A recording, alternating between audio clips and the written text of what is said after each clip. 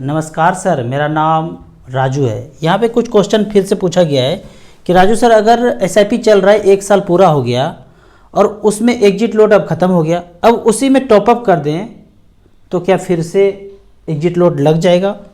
तो इस कन्फ्यूजन को दूर करते हैं।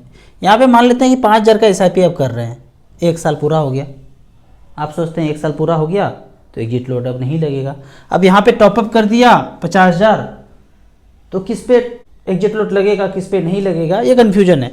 तो इस कन्फ्यूजन को दूर कीजिए। ये एक बॉक्स है, फंड मैनेजर का स्कीम का बॉक्स है।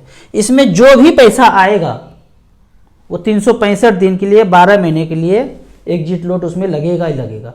ये वाला पैसा आया 365 दिन तक, अगर इसको निकालेंगे उसके पहले तो एग्जिट लोड लगेगा। दूसरा पैसा आया, अगर ये 365 दिन से पहले निकलेगा तो एग्जिट लोड लगेगा। यानी ये वाला पैसा आया तो 1 साल के बाद एग्जिट लोड इसमें नहीं लगेगा। ये वाला पैसा या इसको निकालेंगे तो इसमें 365 दिन के बाद नहीं लगेगा। अब ये वाला पैसा यहाँ पे टॉपअप किया, इसके पहले 1 साल किसका पूरा हुआ? सिर्फ इसका पूरा हुआ। इसका 10 महीना, 11 महीना, 12 महीना इतना ही पूरा हुआ है। तो हर पैसे को 12 महीना पूरा होना पड़ेगा। अब ये जो पैसा डाला इसको भी 12 महीना होगा, तब एग्जिट लोड नहीं लगेगा। जो भी पैसा गया 12 महीने तक उसको रुकना पड़ेगा, 12 महीना पुराना होना पड़ेगा उस पैसे को, तभी उस पर एग्जिट लोड नहीं लगेगा। दूसरा इसी तरह से है कि टैक्स वाला फंड लेते हैं तो 3 साल के लिए लॉक इन हो जाता है। कोई भी पैसा आया वो 3 साल के लिए लॉक इन हो जाता है। यहाँ पे एक चीज़ जान लीजिए रिडेम्पशन के केस में, कि आप मान लीजिए 10 साल से इन्वेस्ट करते जा रहे हैं, अब आपको आज निकालना है तो कौन सा पैसा पहले निकलेगा? तो आंसर है जो सबसे पुराना यूनिट है, जो सबसे पहले खरीदा था वो अभी रिडीम होगा। पहले इस बॉक्स में बहुत सारा यूनिट है तो सबसे पहला 1 नंबर था, सबसे पुराना ये है तो ये रिडीम होगा। फिर उसके बाद ये पैसा खत्म हो गया और ज़्यादा पैसा निकालना है तो दूसरा नंबर, फिर तीसरा नंबर, फिर चौथा नंबर, फिर 5वां नंबर, फिर 6ठा नंबर, 7वां नंबर, 8वां नंबर, ऐसे रिडीम होगा। जो सबसे पुराना है वो रिडीम होगा। ऑल निकालना है तो ऑल एक बार में निकल ही जाएगा। लेकिन आप 10 लाख में से 1 लाख रुपये निकालना चाहते हैं और एसआईपी आप 5-5 हज़ार का कर रहे थे, तो 5-5 हज़ार करके 20 महीना में 1 लाख जमा हुआ, तो वो सबसे पहला वाला पैसा निकलेगा।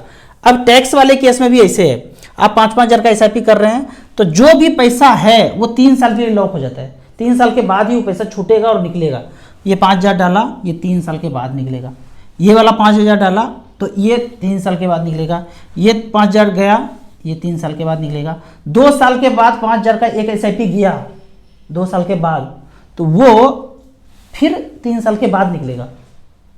यानी कि जो भी पैसा घुसेगा डब्बे में वो 3 साल के बाद निकलेगा।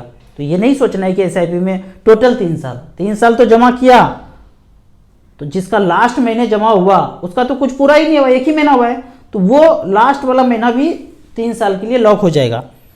अब यहाँ पे एक क्वेश्चन है कि माइक्रो कैप म्यूचुअल फंड, ये माइक्रो कैप का क्वेश्चन पूछा गया है कि माइक्रो कैप में भी इन्वेस्ट कर सकते हैं, इस पर वीडियो बनाइए।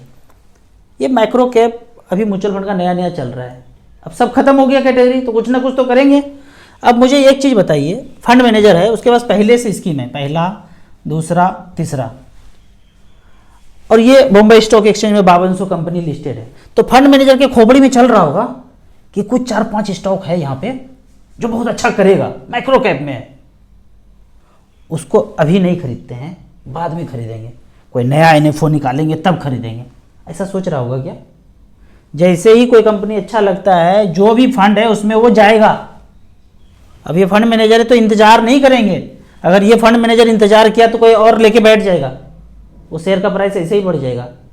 तो ये सोचना कि माइक्रो कैप आएगा तब इन्वेस्ट करेंगे, ऐसा जरूरी थोड़ी है कि एनएफओ में जो माइक्रो कैप में जो जो स्कीम आया वो पहले वाले स्कीम में इसका नहीं होगा।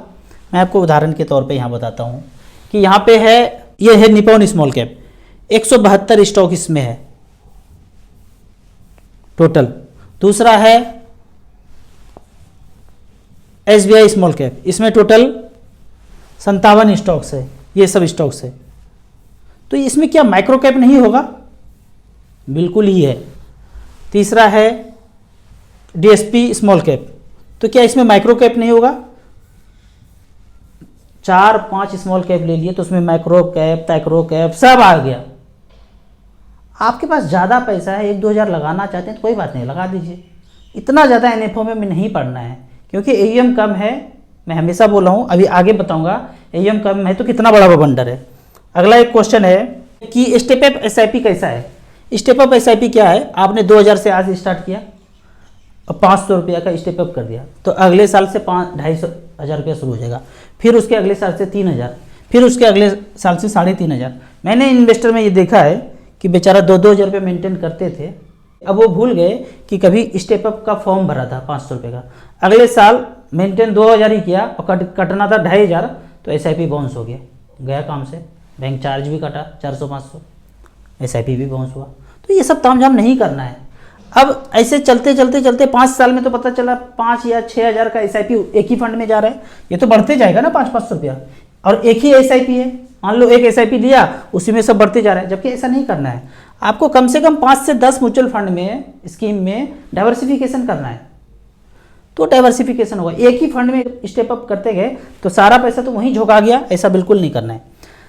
तो यहाँ पे कुछ फंड है जो एसआईपी इन स्मॉल कैप, आप पूछेंगे किसमें किसमें करें, तो ये मैंने कुछ लिस्ट चुना है। यहाँ पे हमने सेलेक्ट किया है small cap last 12 year, Nippon India small cap 2011 से लेके अब तक 5-5 हज़ार रुपये पर मंथ किया, 7,20,000 जमा हुआ, 34,84,000, 24% का रिटर्न। दूसरा फंड है एसबीआई स्मॉल कैप, 23.24% का रिटर्न। ऐसा रिटर्न आगे मिलेगा कोई नहीं जानता है, ऐसा पिछले 12 साल में हुआ है। डीएसपी स्मॉल कैप है, कोटक स्मॉल कैप है, फ्रैंकलिन स्मॉल कंपनी है। अब सबसे खराब वाला फंड देखते हैं, इस पे थोड़ा बोलना है। आदित्य बिरला स्मॉल कैप 3,300 करोड़ का पोर्टफोलियो है, 2011 से लेकर अब तक 5-5 हज़ार किया, 7,20,000 जमा हुआ, 18,31,000 बना है, 14% का रिटर्न यहाँ पे दिया है। लेकिन सबसे ये बॉटम में क्यों, यहाँ पे देखते हैं। अब बिरला सन लाइफ म्यूचुअल फंड का जो फंड मैनेजर था ना, जो शीर्ष पे टॉप फंड मैनेजर था, वो चेंज करके किसी और एजेंसी में चला गया। क्यों चला गया भाई, जाहिर सा बात है, कोई नौकरी क्यों छोड़ता है, कोई चेंज क्यों करता है, ज़्यादा पैसा के लिए। अच्छा पैकेज मिला, दूसरी जगह चल गया, तो अच्छा पैकेज कौन दिया होगा, वही दिया होगा जिसके पास ज़्यादा पैसा होगा। तो हो गया ना, ज़्यादा एईएम जिसके पास है वो अच्छे फंड मैनेजर को बुला लेगा, और जिसके पास कम एईएम है उसका फंड मैनेजर दूसरी जगह चला जाएगा। तो एईएम ज़्यादा होने से बहुत बात है, एक्सपेंस भी कम है, इन्वेस्टर भी ज़्यादा है, डाइवर्सिफिकेशन भी अच्छा है, फंड मैनेजर भी अच्छा है। अब बिरला का जो फंड मैनेजर निकला, उसका 2-3 साल से फंड डगमगा गया, अब उससे फंड मैनेजर कोई लाएंगे, उससे अच्छा पैकेज किसी को देंगे, तब तो अच्छा फंड परफॉर्मेंस करेगा। तो ये कुछ सिचुएशन है कि फंड मैनेजर ही चला गया तो स्कीम स्विच करना है, लेकिन पता कैसे चलेगा साधारण इन्वेस्टर को ये सब बात। इसीलिए पता ना चले कुछ भी हो, ज़्यादा एईएम जिसके पास है, टॉप 4-5 बैंक वाला म्यूचुअल फंड के पास ज़्यादा एईएम है, उसमें बने रहिए, नैया पार लग जाएगा। आपको इसी तरह म्यूचुअल फंड के बारे में और कुछ जानना है, इन्वेस्टमेंट के बारे में जानना है, तो इस नंबर पर मुझे व्हाट्सअप कर सकते हैं। आप इसी तरह कमेंट सेक्शन में क्वेश्चन पूछते रहिए, मैं इसका जवाब देते रहूँगा। वीडियो अच्छा लगे तो व्हाट्सएप यूनिवर्सिटी में दोस्तों के बीच इसे जरूर शेयर करें। आपको म्यूचुअल फंड में इन्वेस्ट करना है तो एसेट प्लस का ऐप है, इन्वेस्टर के लिए अलग है, डिस्ट्रीब्यूटर के लिए अलग है। इन्वेस्टर पहली बार इन्वेस्ट करना चाहते हैं तो मिनिमम 100 रुपया से मैक्सिमम का एसआईपी में कोई लिमिट नहीं है। ऐप का लाइफ टाइम कोई चार्ज नहीं है। अगर आप डिस्ट्रीब्यूटर हैं, एसेट प्लस से जुड़ के आप अपने बिजनेस को 10 टाइम्स ज़्यादा बेटर कर सकते हैं ऑनलाइन। वीडियो यूट्यूब पे देख रहे हैं तो लाइक एंड शेयर जरूर करें। Thank you so much.